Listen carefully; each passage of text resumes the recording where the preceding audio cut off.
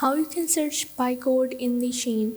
Hey guys, in this quick tutorial I am going to show you that how you can find any of the product by using the code of the Shein.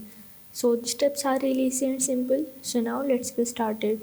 So first of all you have to open up your Shein application, and from here you have to open up any of the product from which you want to see their code. So once you select the product, here you have to scroll down, and if you go in this share icon, and as you can see that there is no option to search any of the product codes. So what you have to do is simply scroll down, and you have to go in the product description and simply click on it.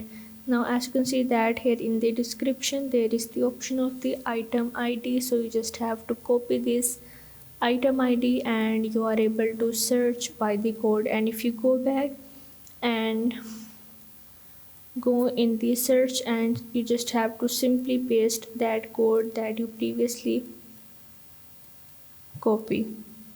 Now as you can see that here is the product that you previously copied the code. So this is how you can search any of the product by using the code in the Shein.